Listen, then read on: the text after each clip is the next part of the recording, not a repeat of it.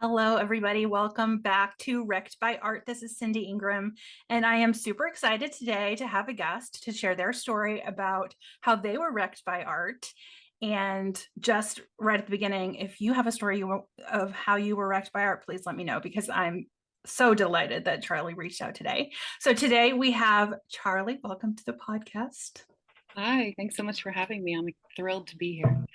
Yes. And so we are going to talk about your story of how you were wrecked by art. But before we do that, can you share with our listeners a little bit about yourself? Yeah. So I'm glad that we got to conversate a little before we started because I always want to be sensitive to people listening. And just a reminder that there might be a content warning for this because my story involves significant trauma. And if you are sensitive to those elements, please take good care of yourself. And in terms of my story, I have been through a really challenging life. And in a lot of ways, I'm really grateful today of the way that I navigated that and was able to turn it around because I know that that character building, so to speak, is very much related to my purpose here on the planet. And so Yeah. I'm here to help eradicate hunger and homelessness, which is no small feat. And that is truly informed by everything I've been through, including being homeless and hungry myself. And so Yeah. art has been one way to really navigate and heal through all of that.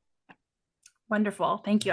Yeah, I found too, like most of the people that I talk to that have these sort of big, starting businesses or have these sort of big goals to help people, it usually always started with they had to go through some shit before, and they got through it. And now they're like, I don't want anybody else to have to do what I did. So looking forward to hearing your story about how you were wrecked by art. So yeah, tell us, start at the beginning, tell us the story of how you're wrecked by art, and I'll just, I don't know, ask questions, make comments as I do.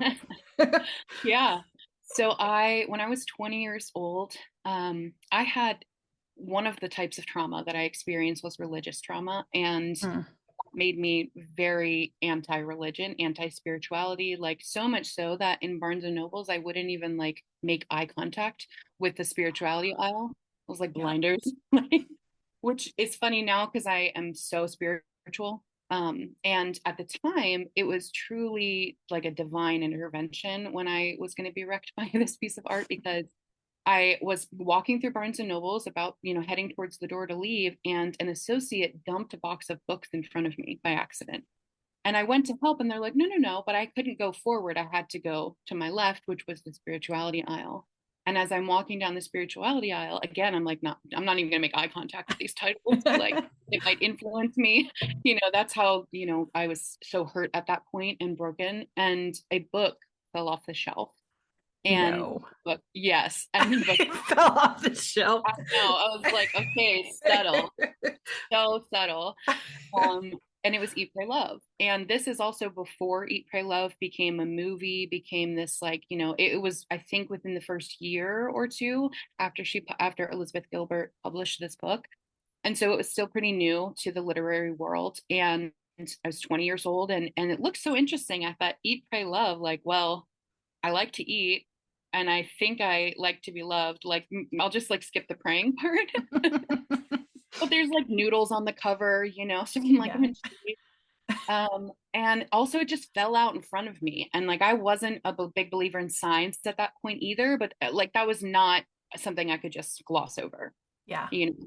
And so I picked it up and I started reading, and the way that Liz Gilbert just talked about life with such authenticity Yes. and really coming to the front saying like I wanted to hurt myself, I didn't want to be alive, like I was feeling so deeply and darkly that I went through this experience. It really shifted me because I was like, wait, people talk about this, like I come from a community of like shove it under the rug.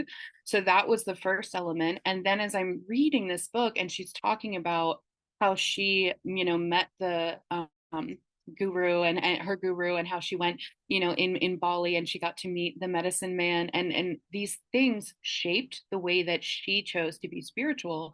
That was mind blowing for me because I was raised religious. I was raised Yeah. in this is how it is to be spiritual, and if you don't fit in this box, if you complain, there's something wrong with you. And so it was like wait a minute, there's agency even in this element of my life. Like I can choose what it means to be spiritual to me. That was really powerful. It really, as you say, it wrecked me. Yeah. Oh my gosh. I got full body chills when we were talking about the person dropping the books and forcing you to the aisle and then the book falling off the shelf. Like, yeah, you can't. I'm glad you didn't ignore that. I'm glad even though you didn't believe it, that you were like, okay, we've got to investigate. That's amazing. And I really resonate with what you're saying because at that age in my life too, I was raised Catholic and I was like hell bent on like no pun intended with the hell, but like I was very atheist in my 20s. I was just like, no, we're doesn't exist. Science doesn't prove it. No spirituality at all. Like I was so against it. And Mhm. so when Eat, Pray, Love came out and like when everybody was raving about it and it was like this phenomenon, I was just like, no, I'm not reading that. Pray, what are you talking about? And then I did read it like 15 years after everyone else read it, and I was like, oh, if only I had read this when it came out, like what it would have done for me. Mhm. um I'm like, shoot, I really missed the ball because I was so adamant against that word. um so yeah, tell us more about how it wrecked you, like what influence it had. It's interesting how we change so much over the course of our lives Yeah. that for me, I don't know about you, but when I was younger, I could not imagine the depth of change, the depth of knowing myself, the depth of relating to other people and operating in the world. And, it really felt like I was 17 and that is how I was going to be for the rest of my life. I mean, at 20, I thought I like knew everything, Oh yeah. in part because I had a really hard life. Like I was homeless at 13, and to be living on the street at that age and to go through significant trauma because of that, I grew up very quickly. So by Mm-hmm. 20, like even when I went to college, as a freshman, my freshman roommate said like, oh, we're going to be on our own. And I was like, I have been paying bills for 5 years. Like, what are you talking about? We're going to be on our own. I've been responsible for myself. So at 20, I was in some ways more mature than other Yeah. people my age, by necessity. And it really never occurred to me how much I would change. And so I've read the book several times. I'm actually rereading it right now, specifically because I just turned 36. And, in the opening of the book, she's like, I'm writing this in my 36th year. And I remember the first time I read it, I did not think I would be alive at 36. Wow. There was no, I was like, if I make it to 32, that's like the golden age. I will be shocked if I make it to that age because, for my own hand or someone else's, because of everything Mm. I had through, that I was like, that doesn't seem likely, Yeah. So I'm reading it and I'm thinking, oh, this woman is like so worldly and so educated and like, and she was, it's not that she wasn't, but I just was like so far out of what I could conceptualize, Yeah. from age to spirituality to agency, truly to agency. That was a big thing, is like, her talking about, oh, I had these desires and then I followed them. I was like, what? Like, I'm surrounded by people in a small town who are just like unhappy and complain about being unhappy, which is their right, like it's their life. But Right. I was not raised around this like huge, enormous, expansive possibility of the world and all of the agency that we have that we're often taught we shouldn't have or that we don't have, you know? Yeah. Oh, okay. You just keep giving me chills right and left. I love when I get chills. It makes me like wiggle. Okay. Um, y'all aren't watching the video, but I'm wiggling. Oh yeah.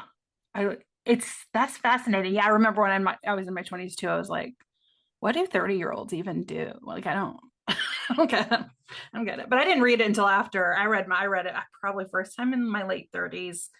And now I just listen to it to fall asleep because she has the most delicious, soothing voice, and her writing is just so perfect and authentic and juicy. And I'm just like, I just never get tired of it. I just love her so much. Um, I'm a member of her fan club. If there, I don't know if there is one, but there is.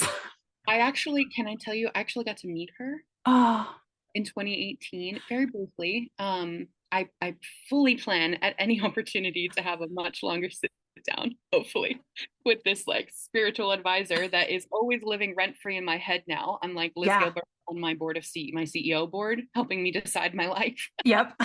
which is great because she has such compassionate, advice when she's speaking, that like it's easy to imagine what she would say, and she's always much 100%. kinder than I am. Yeah. And so I met her, and the first, the interaction was so brief. I got to give her a hug and just tell her that the book meant a lot to me. And then I walked on. I mean, like in the hallway of this conference, I just burst into tears and called my grandma, and I was like, I met her. I like could not get out of fangirl to even like, conceptualize what a better conversation would have been. It was just like to be in her presence. But I did Yeah. get her speak at that conference, and maybe she will never know this story, but I certainly plan on telling her if I get to. I was 28, 2018. And it was a spiritual conference. There were a bunch of people speaking over 4 days. And in her speech, she said, so first I'm just going to show you. I have this tattoo on my arm. It says, my religion is kindness. And Oh, the Dalai Lama said that. And I truly live by that because of everything I've been through. I know the power of kindness. And so when she said this is, why it resonated so deeply. She said, if you know something about someone or about your relationship with someone, that if they knew, it would change how they behave around you or in their life, and you don't tell them, that is unkind. And I was oh, like, oh, it really just like straight to the heart. Like, because kindness is so important to me at that moment, I'm in Phoenix, Arizona, which Arizona as a whole is like just very spiritual place. yeah. Um, and I am thinking like, oh my gosh, I'm in a totally different time zone, but I have to tell my mom about the abuse that I endured from a family member for almost 10 years as a child that she didn't know about. And I knew if she knew that she would behave differently. And the fact that like Liz Gilbert said that, and immediately that's the memory that pops into my head, it was so clear to be like, oh, I can't not say it You now. have to. Yeah. Yeah. And like it actually went horribly. Yeah, they don't, those things don't typically go well. Especially like, my family has their own Yeah. healing journey. Yeah. And so like I call, it's 9 o'clock in Arizona the day before I'm going back to Pennsylvania. Oh, you did it from the conference. Oh yeah, I was like Oh, that. wow. I can't, and also because I was like a little braver to be able to do it over the phone and hang up if I need to. And Yeah. I told myself going in like I've had this truth of my experience within me that I've known about my whole life, but it's going to be news to her, and it's Mhm. going to be something to her, and I have to. As hard as it is to be the victim in that circumstance, I have to be the one that's strong enough to allow her the time to process. Right. And so I was like in that place of like I have to tell her and it's gonna suck. Like there was no avoiding that. And so I told her it's midnight in Pennsylvania, because Oh, of wow. and my family are night owls, so like it wasn't like I woke her up, but even still, not Yeah. exactly the time to process. Right. And I told her, and she was extremely upset, and I asked her not to tell the rest of the family because it was my story. And she did, told the whole Yeah. family. The whole family cut me out. And I lost my family, not for the first time, for about 3 years. They stopped talking to me. Oh my God. And it was so painful, but the release of not having to hold that within just me anymore, to not be Yeah. looked at like the dramatic, crazy child of this family that was acting out. It was like, no, I was being hurt. Like there's a reason why all this was happening. That was so powerful. And it really was like the first time that I realized like I love my family, but if they can't support all of me, Yeah. then I'll be okay. Yeah. And I attribute like, yes, I did the work, but like it was Liz Gilbert who was this guided advisor for me for so long, unbeknownst to her, that gave me the courage to be able to do that. And I was like, this all started because a person dropped a box of books in front of me. No, that is so powerful. And I just like the vision of you in the hotel room, like in the same like time zone as Liz Gilbert, like she's somewhere near you at that moment too. So I imagine that like you could pull strength from her while she's sleeping. But that's so powerful. And I know what that's like. It's like to say a truth that you've been holding for so long, and now it's no longer. I just wrote a poem about this the other day. It's I haven't shared, I don't know that I'll ever share with anybody, but it's like, once you release it, it's just like, it's no longer this weight on you. It's now like someone else's to hold and carry too. And it's like, it's so freeing in a way. Like it doesn't take away the bad thing that happened, but like the release of it is Yeah. And, huge. and I didn't realize, I mean, I knew how it had shaped me in bad ways. Like I knew what Yeah. my unhealthy coping mechanisms were that developed from that. I knew the way that I would self-sabotage and how I misunderstood what love was. Like there were a lot of layers of that that I understood, but it wasn't until I told my mom and my family knew big part of what had happened to me, that I was like, wow, now I'm free to also own the ways in which I developed strength because of Mm, this, because it was almost like I felt like I wasn't entitled to that strength if I was, keeping what the source of it was in secret, yeah. you know.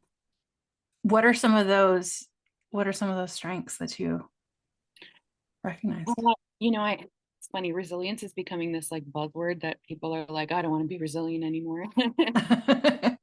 I joke and say like I don't need any more character building. Yeah. I have character. But that's one of the things is that when things get hard in life, which is inevitable, like I had this illusion as a kid because things were so hard that if I could make it to adulthood, it would suddenly just be good all the time. And Yeah. that's just bullshit. No. And I feel like that's missing for a lot of people is the fact that it's waves. It's always Yeah. going to be waves of good and bad and hard and easy and light and heavy. Like that is natural. And because I went through so much hardship so quickly and for almost 30 years, I was in big T trauma, it allowed me to get to a point where it's like when something small happens, it doesn't even faze me, Yeah. And when multiple things happen and it's like other people are like, oh my gosh, how are you holding up? I'm like, honestly, it's kind of funny. I feel like I'm being punked. Like, is that a lot? Like,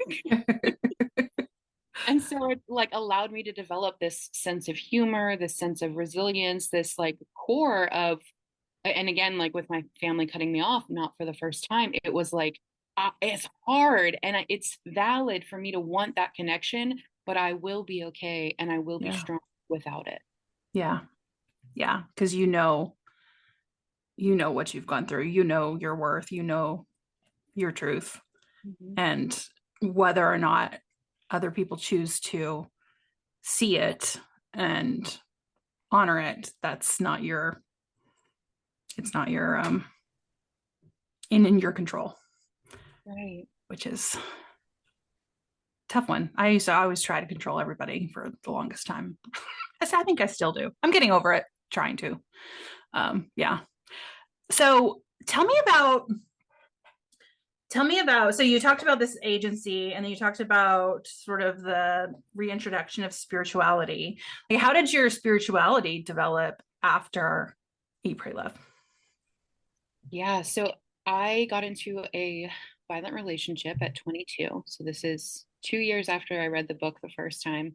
And in between that time, I was assaulted at college. Mm, I tried to hide it because I was sex trafficked as a teenager. So being assaulted in college was actually not the worst thing that happened to me by a long stretch.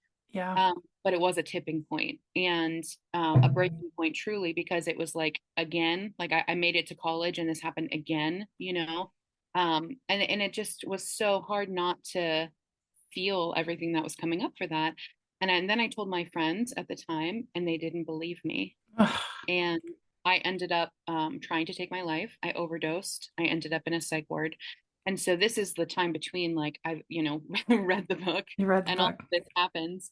And in the psych ward, my psychiatrist refused to medicate me, in part because my mom had locked me in a psych ward when I was a child.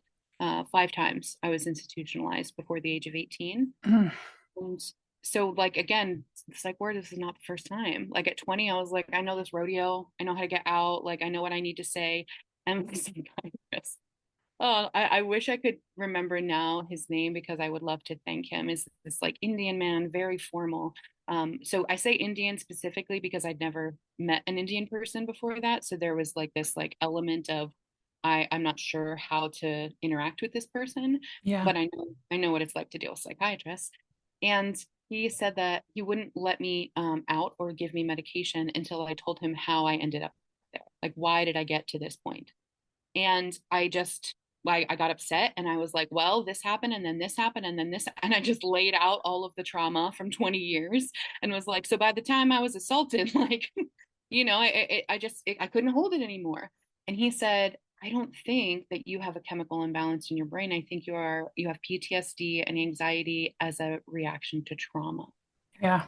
Was the first time that anyone had ever suggested to me that I was not inherently broken, that things happened to me that formed the way that I behaved in the world.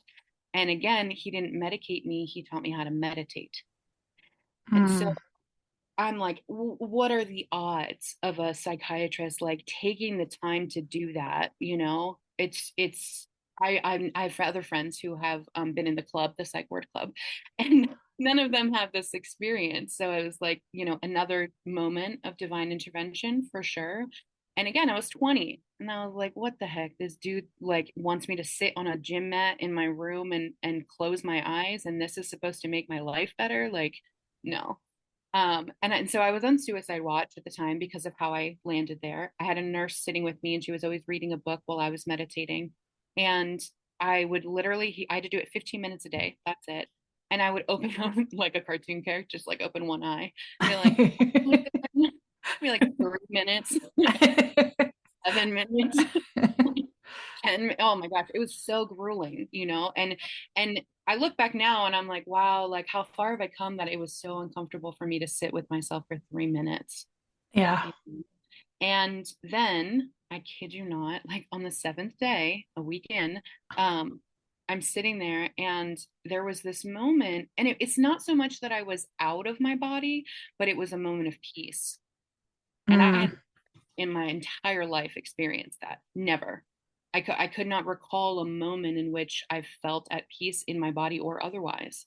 And I opened my eye, even I get goosebumps every time I talk about it because it was so profound. And I look at the nurse and she's sitting there and she's not reading. She's like, has her book on her lap and she's just looking at me. I'm like, how long has it been? She's like, 20 minutes. So 20 minutes with myself and I was okay. And that was another like, okay, this is another piece of like, if I can do this in 20 minutes, if I can experience this through my own efforts that cost me nothing, what else is possible? You know? Wow. So I left the psych ward. I very smartly got into a relationship with a man that I met in the psych ward. He robbed my house. And then I ended up in a violent relationship right after that. Oh, And so I like hadn't done the healing I needed to recognize what healthy love was, right. even though I had this little bit of experience of what peace was, Yeah. And so I spent the next almost 10 years with him. I tried to leave 5 times. And in 2021, I left. I just hit my 4 year anniversary in Oh, June. good job. Thank you. And I literally like ran away to West Virginia, 400 miles away from where I was. I lost one of my dogs in the process that he took. Oh, My parents had to take my cat, and I brought my other dog with me. And we literally, I mean, I had a moving company come in and pack up a 3 bedroom apartment in 4 hours in order for me to get out. wow. And so it was a huge, huge, tumultuous time. And then in West Virginia, my friend and I, at that point, we had been friends for 11 years, but I'd never been to West Virginia to where she lived. And I did not understand that Appalachia is very remote. Like, I'm not from a big city, but in comparison, and so like I don't drive, and there was no Uber, there was no Lyft, there was no DoorDash, there was no takeout. To get Chinese food, she had to pick it up an hour away and drive it home. Like, so remote, and she worked long hours, and so it was just me, her dog, and my dog every day in nature for 6 months. And so I had a lot of reckoning time, Yeah. sit with myself. And along the way, like I had learned about, for instance, like The Secret and the law of attraction and things like that. And to some degree, I could kind of see it And then I started learning about trauma because I had a speaker come into an organization and talk about how like the energy that you have around your money influences how that money works. And like all of these things that were so ethereal at the Yeah. time were really fascinating. And I just, I was in survival mode in this violent relationship. So I couldn't fully take them on, but I was digging, and everything was always like curiosity, curiosity, curiosity. And I kept feeling like, oh, this is my like Liz Gilbert moment because I'm like curious about something and then I just go do it. I just go look at it like, Yeah. like you did. And so I was like, like using that as a map to how do I find my way? And by the time I came back from West Virginia, I was a different person, Yeah. you know. And I do reread the book. I'm rereading it now, like I said, but every like 2 years, 3 years, I reread it and I always pick up new things. And like I said, like 36, I never thought I would make it to this age. So to be rereading it now, I'm like, I remember that first time. Yeah. That's beautiful. And you're rereading it now too. It's like you're at the beginning of, oh, it's 333. Sorry, I just looked at the clock. You're at the beginning of the rest of your life. It's like it's like possibility and what you can do now that you have, I don't know, made it through all that and had that time. 6 months in nature. That's amazing. Yeah. Yeah, it Yeah. really, I mean, in little ways, like I'm no longer afraid of spiders because they were every day.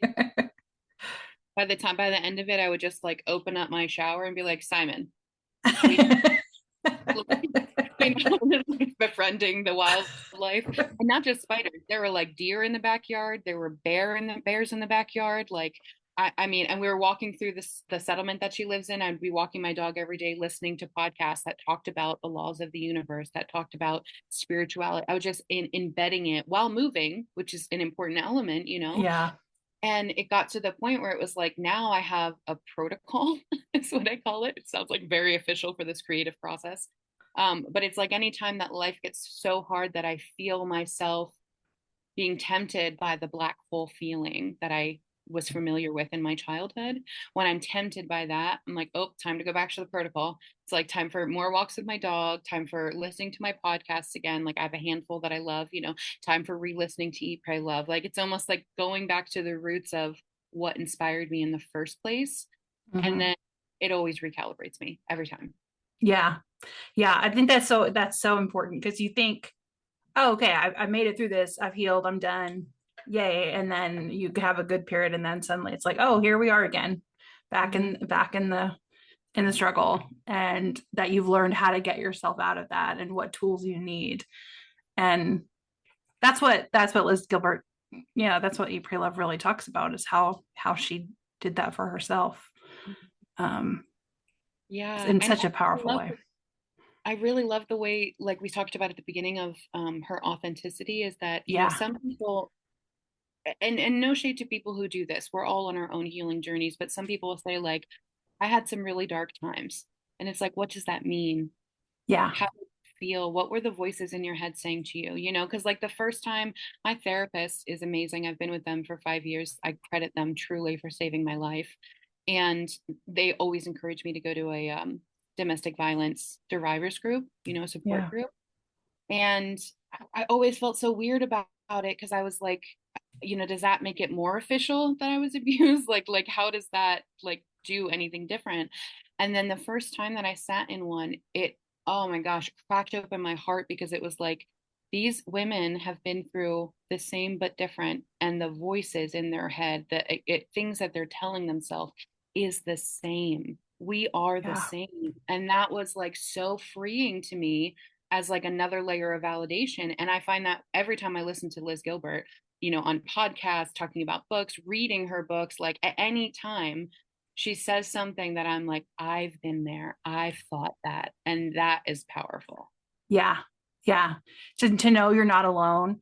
And yeah, she, having written a memoir, like I understand the people that say, I went through dark times, and because they want to talk about the good times, but because when you have to write about the bad times, you have to relive the bad times to write that, because you have to remember what it felt like. So you have to like get back into that like painful state, and then you have to write from that place. And that is, I had to go to a lot of therapy when I was writing my book, because I was like, and then the universe is just like, hey, you're processing this. Let me throw a bunch of other stuff at you to test to see if you really got the lesson. And so then you're just like, it's just the creative process. Every time. Yeah. Every time. Why? Well, and it's like I'll be gaslighting myself. I'm like, I think I wasn't as bad as this. I think I might be making this up. And then the universe will be like, oh no, you're right. And it makes a bad thing happens. And I'm like, did I have to learn that way? Right. Through so much pain, but it's okay. I mean, I learned I was not that I was right, but yeah. I honestly think it's, it could be discouraging to people. I know it was for me at one point, but it could be discouraging to think like you're never done healing. You're never, quote unquote, over it, over all of it. Like, but I actually think it's now, I think it's so encouraging and beautiful, because it's like the more that you're committed to, I'm going to do the work, I'm going to like feel it, I'm going to process it, like I'm not going to just avoid it. Like, you will learn it faster, you will understand why you're learning it in that way, you will understand what piece was missing, or like, and then that like experience goes by quicker, because you're to processing it, as opposed to being like, no, I'm just going to avoid it. Well, I promise, if you try to avoid it, the universe is going to send a Mack truck to deliver the message. It 100% will. Yeah. It will. I'm like as soon as I start getting nudges now, like, the book in the bookstore was so obvious, but I didn't count it as a nudge until years later. And now the universe, like the tiniest little nudge, like a car goes by and has a magnet on the back. I'm like, is that a sign? like I pay attention. The same. And it really, really helps. Like, or like when I'm talking to someone, I'm in college right now, and I have a lot of friends who are much younger than me. Yeah. And 15 years younger than me, and they will talk about things going on in their life, and I'm like, oh, that's why I had to learn this in this way, because now I can comfort them as they go through the thing way, and so it's like these parallels that come through, that like, because I can then help them, I'm healing more because of it. Yeah. Oh, I like love that. So beautiful. It really is. And you know what I also think too is, this is kind of a side, unrelated but related to the whole thing, is what I love about Liz Gilbert is, you see you have this book, and it was like her year, in Italy, India, and Indonesia, and it's this beautiful thing. She heals, and it has this happy ending or whatever. And then you follow her life since, and it's like she's had divorce, and she's had new love, and then she's had her love die, and then she's her whole like alcoholism journey. She's a new memoir coming out sometime, when I don't forgot when, but sometime in the next year. And I'm just like, can it come now? But she's proof that it's like, it doesn't ever end. And like, she can write this beautiful healing book that has impacted so many people, and she's still in it, just like everybody else. And I love that too. Like, I was listening to her talk one time. It was she was talking to the internal family systems guy, Richard. I can't remember his last name. Sorry, it doesn't matter, but I'm just like gonna sit here and stare in the sky. Anyway, she was talking to him, and now I've forgotten. This is my ADHD happening in real time. 1 second. Alcoholism. Shit, I totally forgot what I was saying. I got so excited about her memoir, and then I got so confuddled about Richard's last name. You were talking about. Yes, I got it. Sorry. I was like, oh. now in my excitement, I'm going to forget again. She said in that interview that she spends like 50% of her time managing her mental health. Like, that's like, and ever since she said that, it's given me such permission, because I spend that much time too. Like it really Yeah. does take, as a person with autism and ADHD and, all the things, CPTSD, it's like I have to do a lot of things to just keep myself at a steady place. I have my protocol too. I don't have it as outlined as you do, but it's like if I don't, then I'll have a lot of really bad days and then I won't get any work done and, or I'll burn out or whatever it is.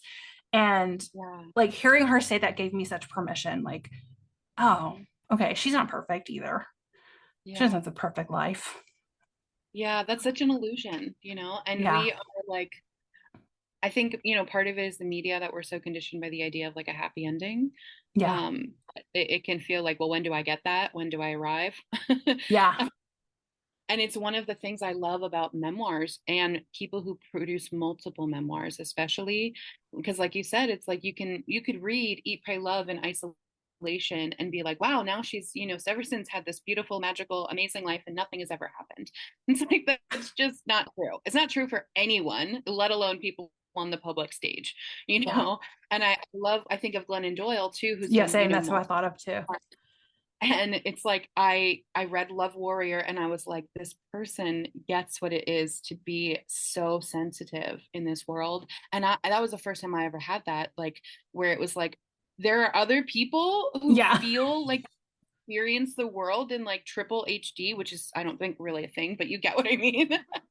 Where I'm just like, I feel everything. Yep. Like, and that was the permission slip I needed. And to your point too about protocols, like I think, tell me if this is your experience as well. For me, I have the protocol that is like, how do I get myself out of or avoid the black hole? That's like the Yeah. big picture. We don't want to go there. And if we do, like, there's 100% compassion at this point because I've lived enough life to know, like, if I'm in that hole, there's a reason. There's reasons that I've gotten to that level.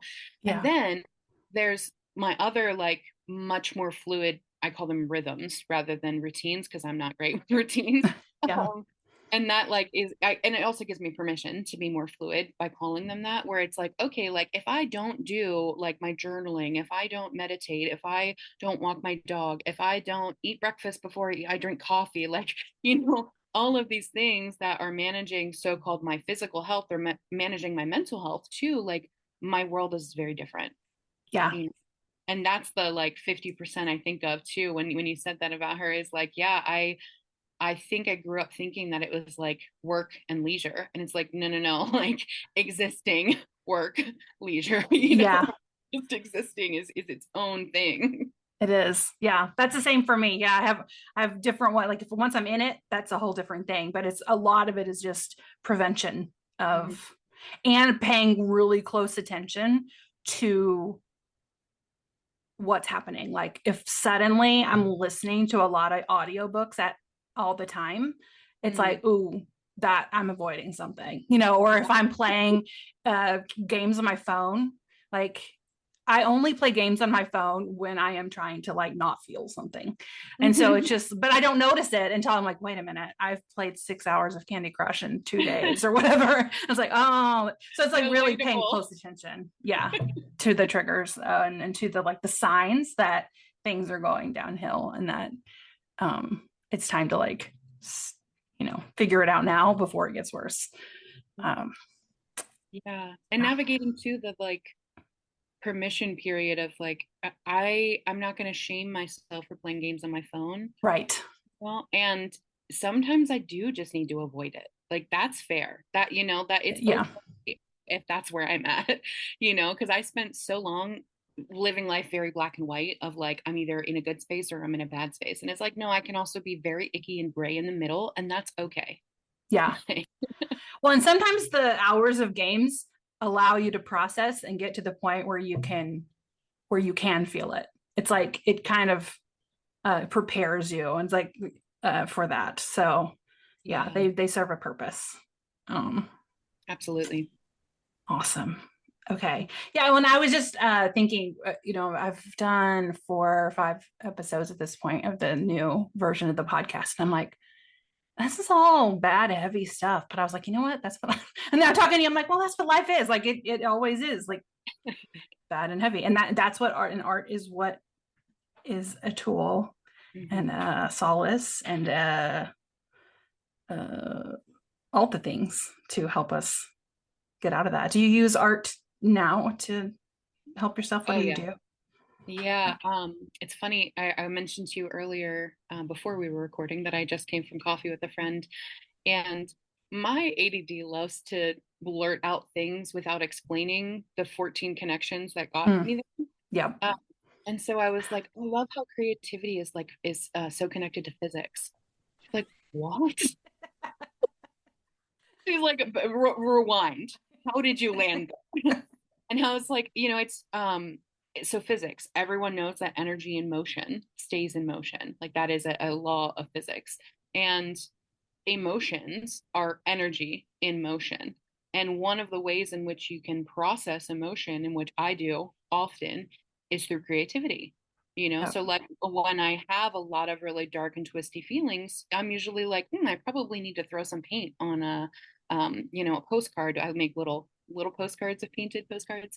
Yeah. It depends. If it's really dark and twisty, I'm like, that might not be big enough. I might need, you know, to pull out a canvas and get into that, or I might need to collage, or I might need to like play with beads, or there's all of these different ways. Sometimes I do color. Sometimes I know people get a lot of like processing power out of coloring. Hmm. I have to fight with my, like, I'm a recovering perfectionist when it Yeah. comes to, and so I found this book of doodles where it's all of the colors but none of the shapes. And so you take like a black pen or like a marker, and you make the Oh, shapes out of the doodles. And that has been oh, that's the satisfying. opposite of coloring. I'm like, this is so freeing because it could never be done. Like really, like if I don't want it to. So it's been a lot easier to like pick it up and put it down. And one of mine is I do play games on my phone only when I'm stressed. So that's a trigger for me as well, or like a sign. Fine. Yeah. The other one for me is my comfort books. I have like 15 comfort audiobooks that I listen to, and the like hardcore one is Harry Potter. Like if you come into the bedroom and I'm listening to Harry Potter, be worried. Like, it's not your responsibility, but I am definitely not okay. Yeah. Because I need that comfort of like my childhood. And so I use art. Part of it is processing the heavy stuff. And then part of it too is, when I said I'm in school. And so sometimes I'll have a project or something that I'm like stuck on. And I'm like, I know if I'm feeling stuck, like the only thing I can do to get unstuck is move. And so sometimes that's a walk, but because I have chronic illness, that's not always accessible to me. And so that's when I'll start pulling out the art. And I often find like when I'm stuck on a project for school, I go to mixed media before anything else, Yeah. because like layers of different pieces of art, it unlocks something for me, Yeah. to be this. It doesn't have to be perfect. I'm not trying to sell art. Like no one else may even see this. And I have a sketchbook that is all mixed media in there. And I'm just like, and the funny thing, of course, is like when I open it, I'm like, oh, I remember when I was writing about political theory. Like, that's what was going on there. So I get this Yeah. kind of interesting connection to what I'm doing in my daily life through my art. Awesome. Yeah, I did the same thing when I'm most emotional, collage and just like ripping up things, gluing things down. Like it's the most soothing thing. So it's like art is a tool to soothe your nervous system and to help you to get you art to get you unstuck, art to help you process your feelings, art to like change your life and or it throws itself in front of you at the right moment. Like it's everything, and it's connected to physics too, which is an entire other conversation in which I would spend 2 hours talking about. But I think we're probably running out of time, and that is a bummer because art and physics is another. I'm excited about that. That was awesome. Is there anything that you can think of that you didn't say that you would like to? And two, how can our listeners contact you or see your online presence? Yeah. Tell us about this. The one thing, I'm a clarity coach and a meditation teacher, and every single person that I work with is also a recovering perfectionist, not surprisingly, Yeah. because we are very conditioned to be that way. But I try to remind them that like art is not meant to be perfect. Yeah. And So like if you're like, oh well, when I'm upset I don't paint, so therefore I'm not processing in the right way, like that's not true. Yeah. That's something that society is telling you about doing it right or wrong. And especially because like I didn't mention, writing or reading, and I'm like, all of these, like playing video games is a way of experiencing art. And so like Mm-hmm. allowing us to be much more open-minded, I think is so important, especially like, and I want to mention about books specifically because I started a nonfiction book club years ago and it was great. We ran it. I ran it for a couple of years. It was an international book club, which was really cool, over 500 people. And it was nonfiction because I never found a book club that was doing that. And we did do some memoirs, but a lot of it was personal development. And after several years, I realized that what I was missing, this is my perfectionist tendency, was the idea that you can learn from novels too. Yes. Seeing stories, realistic or not, seeing characters who are flawed, seeing people who have the same problems or different problems and the same thoughts and the same feelings, like it's all art and it's all valid. And so it's like when I read a novel now, I think like, oh, experientially, what am I picking up? Mm-hmm. Because that's what it takes to see a situation in a different way, whether that's because it's in the back of your head or because you see yourself in that character and you're like, wow, I could have reacted in this way, or I did react in this way and it had this fallout, but then this happened for the character, therefore I can do this. So like allowing yourself the freedom to not say like, oh, I have to do this specific type of art in order to process or it doesn't count. Yeah. Yeah. I love that. I love that. And I believe too that books find you at the moment that they need to find you. You are 100% proof of that. It threw itself at you. But Well, yeah, like, and when you said like, if you had read it earlier, I thought like, but could you? I don't Like, know. like, would it have hit you in the same way? Like, probably not, right? Like, I mean, we Probably don't not. know. But and that's one of the reasons I love rereading some of my favorites too, is because sometimes, you get a couple years older, just a couple years, and you read it and you remember where you were when you read it the first time. And it's like, wow, what a mirror to where I am now. And I pick up different things every time. I'm like, I Yeah. swear I knew this book inside and out. I've read it 10 times, but now this time I'm the same age as the main character who wrote it, like now it's different. Yeah. And so It's amazing. powerful. Yeah. Yeah. I run these programs where we look at art and talk about it. And I was doing these workshops that were free workshops, and I did two of them. And so there was the same artwork, the same subject, the same everything. One was on a Monday, one was on a Thursday. And I had a different experience with the same artwork on the Monday versus the Thursday because something traumatic had happened Sunday. So it was like I was in the middle of processing something, but it was just like 4 days Right. happened. And like I guess probably during that time I was still processing the art too. And then when I looked at the art again, I'm like, this is a totally different artwork. I'm a totally different person than I was 4 days ago. So that's why art is so amazing. And I know. I will never tire of it. Okay. Do you have a website we can point people to? And I know you're on TikTok, so we will definitely link your TikToks. That's how we met. The best place to find me is TikTok and Instagram. My handle is the same. So that's Charli_time hacker. And Charli is CHARLI. No E. Awesome. No E. Okay. Charli no E _time hacker. Yep. Beautiful. Thank you so much for coming today. This was a really fun conversation for me, and I'm Yeah, so I was happy that so you were looking here. forward to it. And I was like, I feel like we're gonna vibe. So I'm Yeah, so glad we did this. same. The first time I watched your TikTok videos, I was like, we're the same. There's something here that's the same. I love that. So thank you very much. I just want to thank Charli once again for joining me, and thank you so much for listening. I want to remind you to subscribe to the podcast if you haven't already. You can do so on Substack to get emails about new episodes. And if you have a story to tell about a work of art that wrecked you, I would love to hear it. You can send me an email at cindy@artandself.com, and maybe we can get you on the podcast to tell your story. And if you want more content on creativity and art, you can find me on TikTok and on Threads, and you can get those links in the show notes. And lastly, I would love for you to join my email list, which you can also find in the show notes, but cindyingram.com/hello. Thank you so much for listening, and I will see you next time. Bye.